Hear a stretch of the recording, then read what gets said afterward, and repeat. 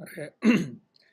Okay, so this is gonna be a demonstration on how to do the practice assignment, using the Adobe Illustrator and doing the vector drawing. So you're gonna go on Classroom.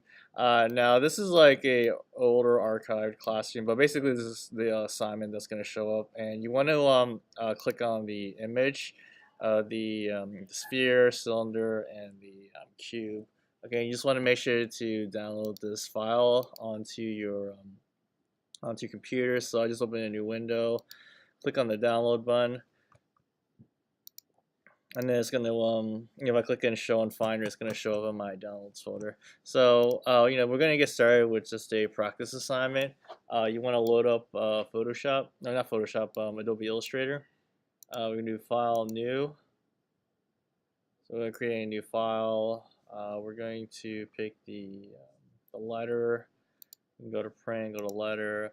I set the orientation to the longer size, so you click create, and it's real important to kind of create a new file instead of dragging it in like we'd originally done before, like dragging it here. I want you to actually create a new document and drag it onto the workspace. Okay, just in case you may want to use the brushes or the color swatches. You don't really need them for this project though, but just in case you needed them though, you have the option of using those things. Okay, so in order to get started though, you're going to use the selection tool. You're going to move this in the middle here. Okay, but don't worry about resizing it. Just as long as it's like in the middle, it's fine. Command minus zoom out. So yeah, I mean that looks good to me. So we're gonna lock this layer, so that way we can't move it around. We're just gonna title it the picture that we're gonna use, and then what we're gonna do is we're actually gonna create a new layer on top, and this would be we call it values. So this is gonna be where your values are gonna be located. Okay, so basically the way we're going to trace and create this vector drawing, just like how I showed you in the on the warm up, is we're just gonna be basically tracing each of these values separately. Okay, like these dark values, these grays, these white areas, they're all gonna have to be traced separately in order for us to create our vector drawing. Okay, so when I say vector drawing, basically vector means like shapes. So we're going to be using like shapes to create a drawing. So now there's several different approaches to doing the vector drawings. I feel the easiest way of doing it is you want to actually focus on the details on the areas or the areas of values that you're looking at. So for example, these gray shadows here, these are like more of the details, and then most of that shape is going to be more of like this lighter gray. And same thing right here too. You have most of this lighter gray here, but your diesel is going to be that darker gray area. So you kind of have to work backwards from what you've learned in your previous art classes. Just because usually we would typically when we were doing any shading assignment or any drawing assignments that require shading or painting, they would always tell you to work on those larger areas first and then go into the details. So we're actually going to do the opposite of kind of like what we learned in art class. Okay, just because the it's a lot easier to go from details to, or you can go from like the smaller details to the larger spots to color. It's gonna be a lot easier doing this process and with the way we're going to be doing the vector drawings. But you can go either way, but it's just a little bit more complex the other way.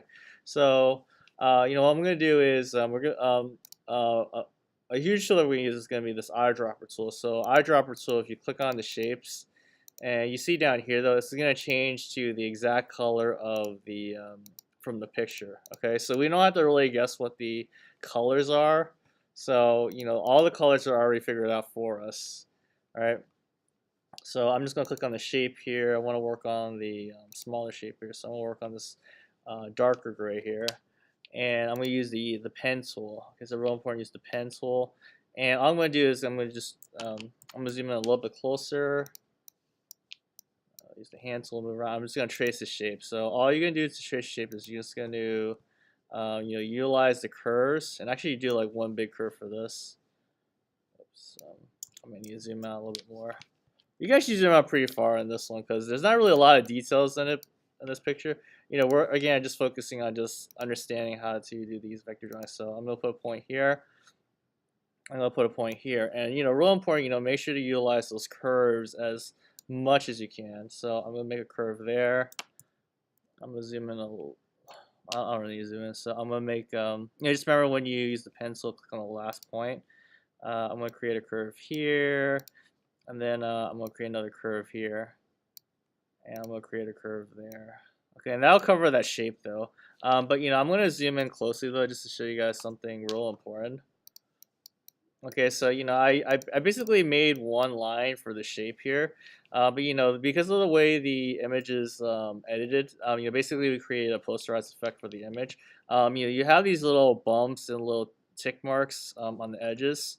Okay, so one thing is, we're not tracing exactly how that picture looks. In a way, we're gonna have to kind of like draw the values out. So, in some cases, you might have to guess or simplify the shapes or lines you're gonna create. So in this case, like right here, I just did one big curve for that one, and I did one line here and then a curve there. Okay, but I didn't have to worry too much about like doing those little details. So this is something I don't want to see you guys do with your vector drawings is doing this with your drawings, tracing each little individual pixels to the how that picture looks.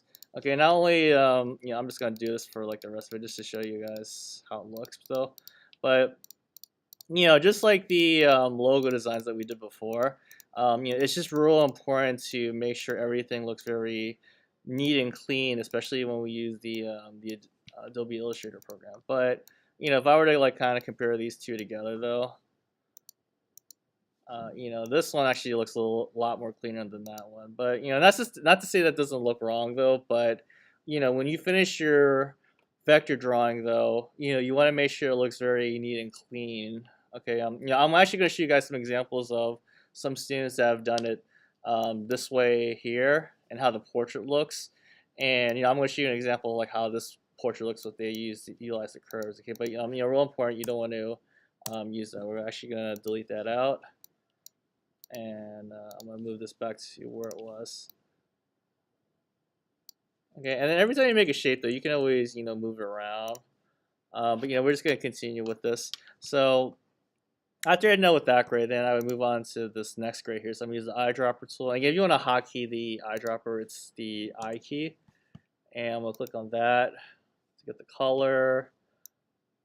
I changed my pencil. Some reason it changed. So I'm just going to do one curve here. One curve up there. And then one thing that you notice though, this is the same exact grade from one side to the other. So I'm actually going to make this whole area that lighter gray. Okay, now it's covering the shape that I made though, but it's okay though if it's covering it. That's fine. Okay, so we have the shape here. So there's going to be a couple of hotkeys that I'm going to give you, and this is basically going to be how you're going to send things into the back of the picture and send things in the front. We've done this before with some of the logo designs, but if you hold Command Shift and then the backspace or the back bracket, it'll move it to the very back of the picture. Okay, since this darker gray was on top, this is on the very back now. So that's part of the reason why I want you guys to work on the details first. That way you can work on the details and then just send things to the back of the picture. Obviously you could do the opposite for the other way though, but the only thing is when you trace other shapes on top, it's kind of hard to like bring things in the front. For example, if I were to trace this first and then it's kind of hard for me to bring that back. So it's just better to work in this process. So I have that gray there. Then I would move on to the next grade. So the eyedropper tool, that pen tool, and I'm just going to trace this other shape here. Okay, and then one nice thing too is you don't have to trace it perfectly because all these shapes will end up overlapping each other. So this darker gray that I have here is going to end up going behind it. Okay, if you keep that in mind though, as you guys are tracing these shapes, you won't have to trace all those lines perfectly the way they look. And now I have an issue here now where I can't really see what I'm tracing, so I'm just gonna hold Shift X. And basically what happened is this went from a fill to a stroke here. Okay, and then I'm just going to continue just tracing the rest of the shape here. Oops. Yeah, tracing the rest of the shapes, but you can either change it to an outline and then back to a fill afterwards. Okay, so after I'm done filling that, I'm going to do Command Shift and the backspace to move everything in the back. All right, that's generally the process of how you want to go with it. You can use the eyedropper tool, pressing the I key, eyedropper, pen tool, P, and then I'm going to trace that shape.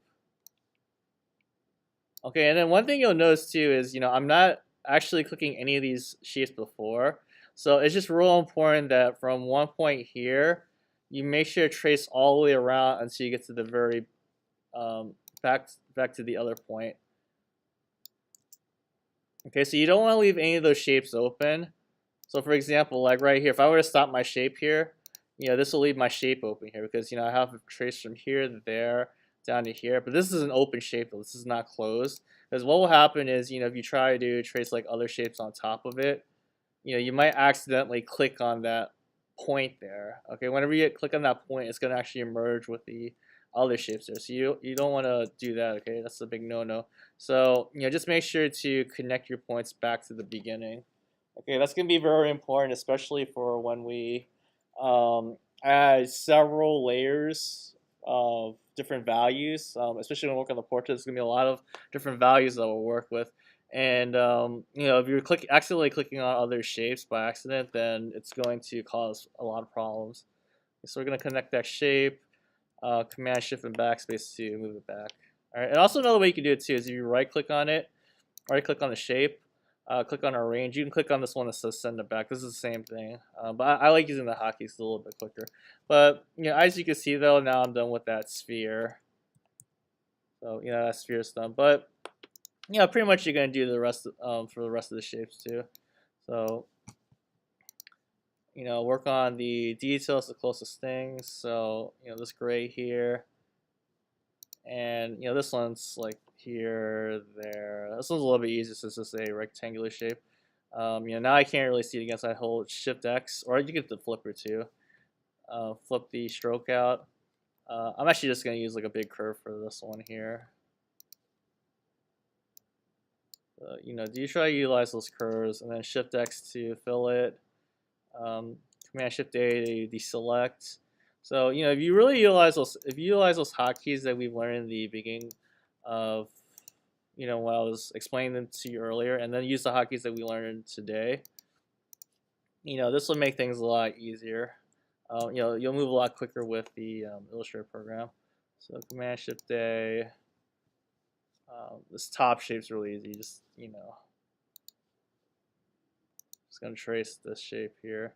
You can go out of order too. So like right now, I'm doing this fill later. Shift X. You can actually eyedrop that color with the shape. So there's ways you can go out of order. And we're gonna Command Shift A, move in the back. And one nice thing about overlapping it too is you don't have to fix the edges. There's gonna be another video I'm gonna explain how to fix the edges, but we'll work on that later. But basically you're just gonna be tracing these shapes, and it shouldn't be too difficult. Okay. It's a little hard to see that, so Shift X to flip it, and then we can fill it out. Shift X, flip it. Yeah, there we go.